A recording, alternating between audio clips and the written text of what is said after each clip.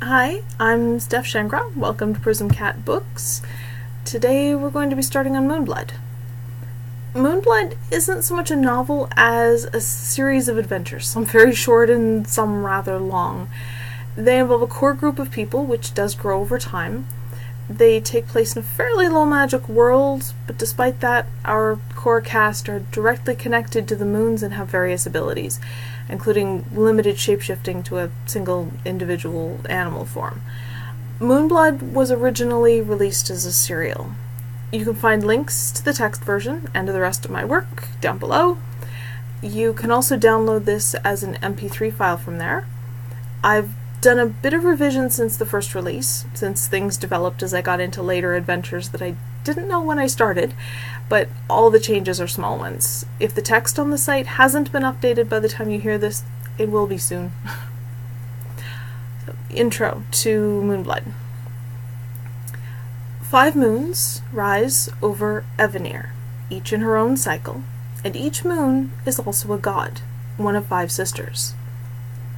From the largest and oldest, through the smallest and youngest, they are Telir, who is pale topaz, Mayar, who is pale blue-white, Senner, who is the green-gold of a cat's eyes, Sayan, who is the clear greenish-blue of aquamarine, and Lyrit, who is the light violet of wild lilacs.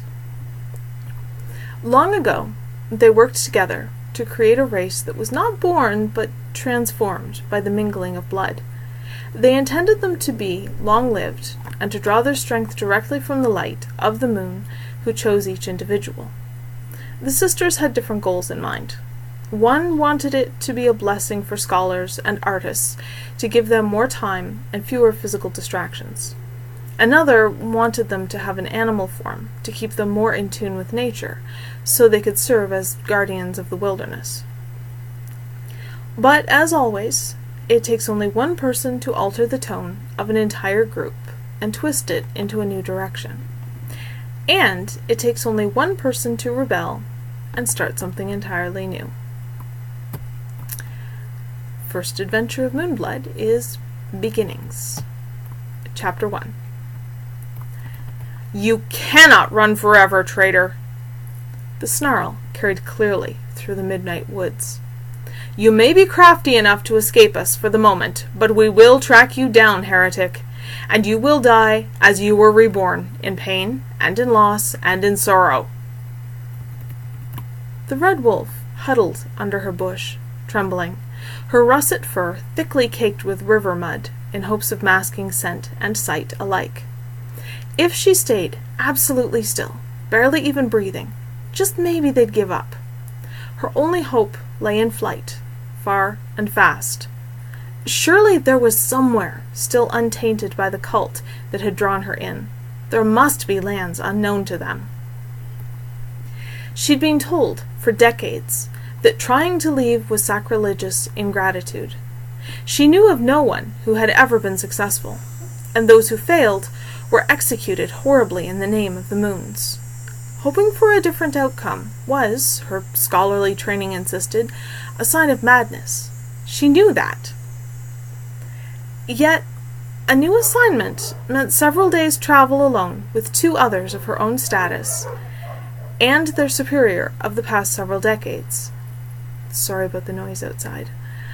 On the road, she at least had a chance, and any chance was worth it, no matter how mad. The world at night was as clear to her as it was by day, though distinctly tinted with pale yellow. Except for the children of the other 4 moons, each luminous with the light of their own mother, but the light of the others shying away, which made it easy for her to watch them as they searched.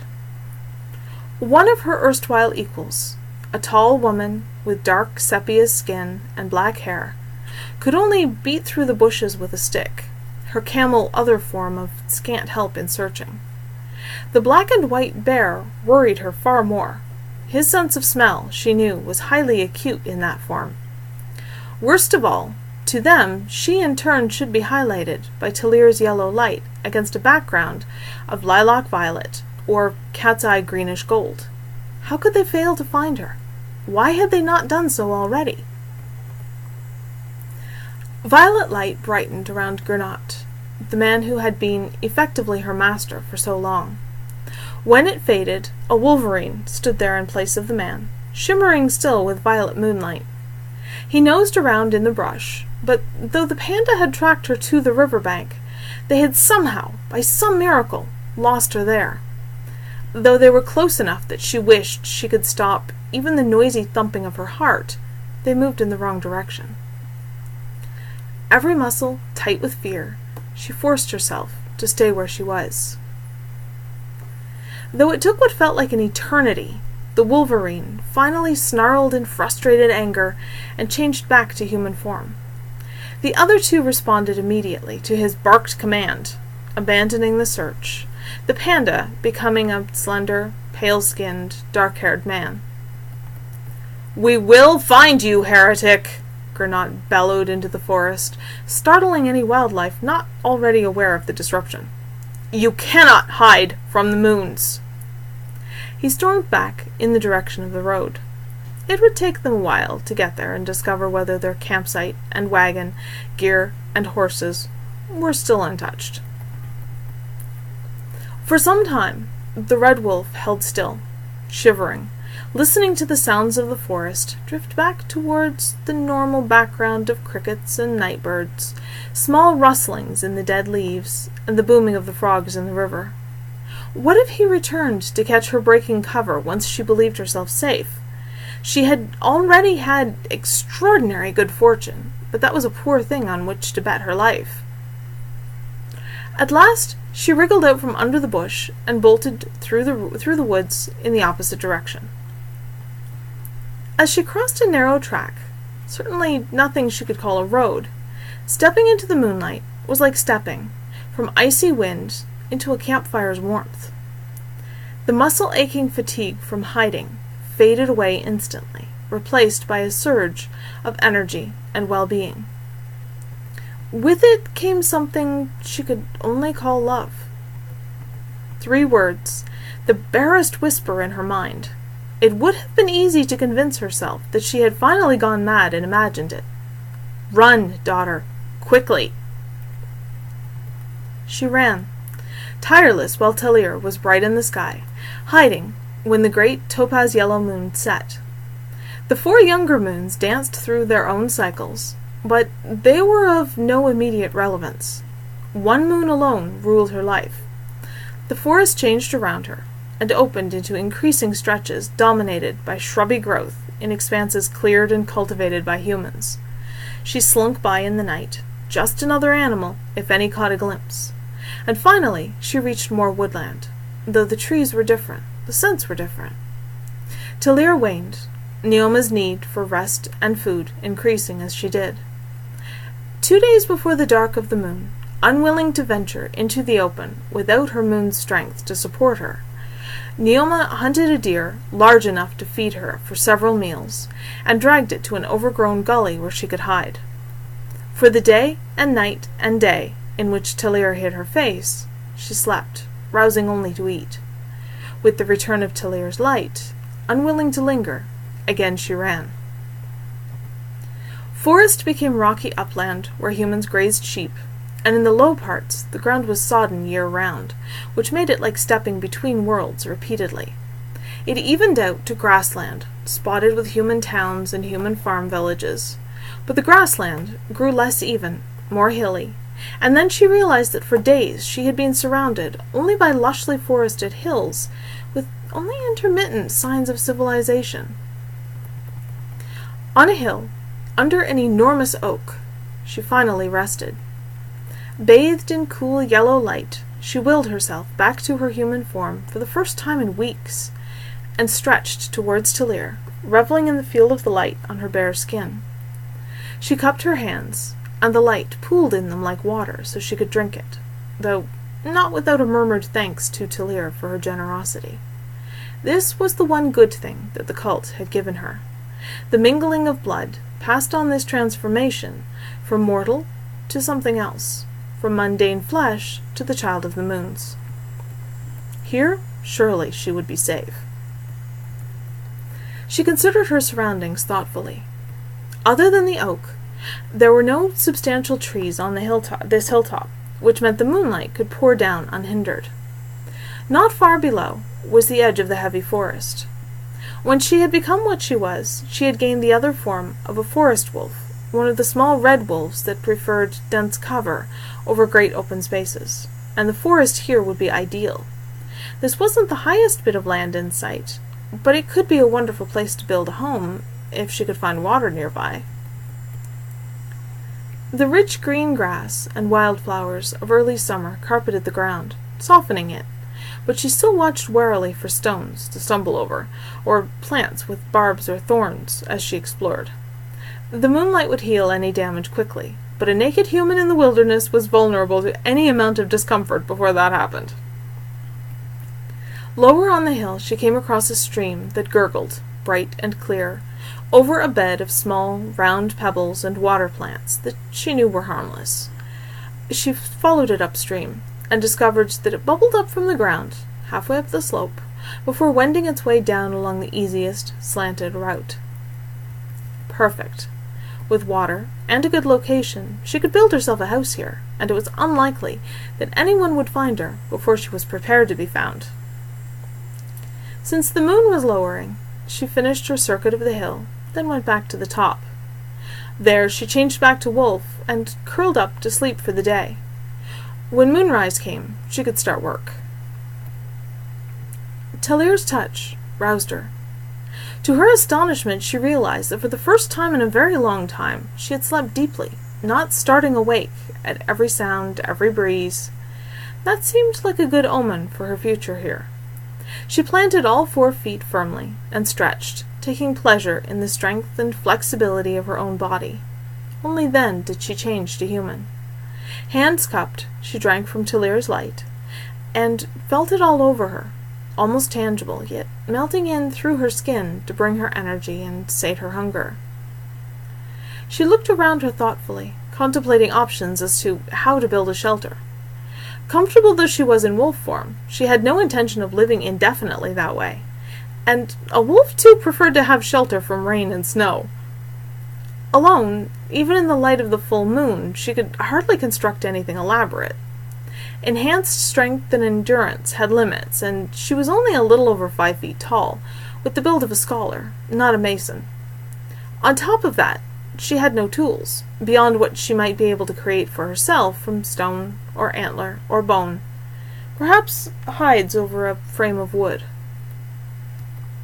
Daughter of Talir.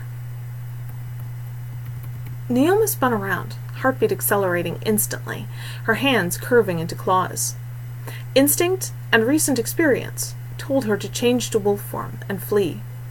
Reason and emotional fatigue suggested that she wait to see if she really needed to do so. The man leaning casually against the trunk of the enormous oak was some 2 feet taller than her, and he had the kind of muscular frame that looked all in proportion to the height. His skin was the reddish-brown of rich, fertile soil, his long braided hair the near black of river mud, his features far too perfect to be human. The eyes that regarded her had all the brilliance of diamond, though. No man, this. He could only be one of the gods of the earth, each part of and guardian of a region. This was the soul of this area, the living essence of the ground beneath her, drawn together temporarily into a humanoid avatar to speak to her. Neoma bowed her head respectfully. Earthborn, am I intruding here? That depends on your reason for being here. Sanctuary? Safety? Peace? So your mother tells me. My mother, Neoma said in confusion. She hadn't seen the weaver who had given birth to her since following the lure of promised knowledge, and she was long dead. What her parents had thought of the disappearance of their odd daughter, the one who wanted answers to everything, she would never know. Talir, the Earthborn said patiently. She is concerned for you, as is the nature of mothers. She is? For For decades, she had been told, constantly, that she was unworthy, that to attract Talir's attention could only be bad, that she must be meek and obedient, and allow the worthy chosen to relay the will of the Moon Ladies. It had never entirely been consistent with her own experience, but she had concluded that it was more likely that the 5 lunar sisters were generally uninterested in her kind and anything they did. But what of that whisper, the night she had fled? "Neoma, raise your eyes. Talir's daughter need never bow to anyone." He sounded mildly exasperated, but not upset. Neoma cautiously looked up, and found the Earthborn regarding her with patient good humor. "Yes, she is. And, as is also sometimes in the nature of mothers, the moons are not pleased with what the others have done with the gifts they have been given. It saddens them that their children are taught to fear them. Few have had the courage to protest, fewer still to make the effort at escape, and you alone have been successful. Talir helped you, and guided you here, to the heart of my domain, and has asked me as a favor to allow you to settle here. So, do you intend any act that will disrupt the balance of my lands, that will disturb the natural order here?" Neoma shook her head, trying to focus on the immediate. "I only intend to create a shelter of some kind," she said honestly. "I eat little or nothing for a good part of Talir's cycle, and I know both what plants are safe for food and how to hunt responsibly. I have no desire to make any more of an impact here than absolutely necessary." Slowly, the Earthborn nodded. "I believe you, and you are welcome here. My name is Valayan. Anywhere within my domain that you call my name, I will hear you. I will do all I can to keep those who seek you from finding you here." He smiled gently. "You are safe." He was there, and then he was overlapping the space where the trunk of the huge oak was, and then he wasn't there at all. Not in that form, at least. It was oddly comforting, knowing that the very ground beneath her was aware of her and welcomed her. That's the end of the first chapter. I hope you're interested in finding out what lies in Neoma's future. Thanks for joining me, and I'll see you soon for the next chapter.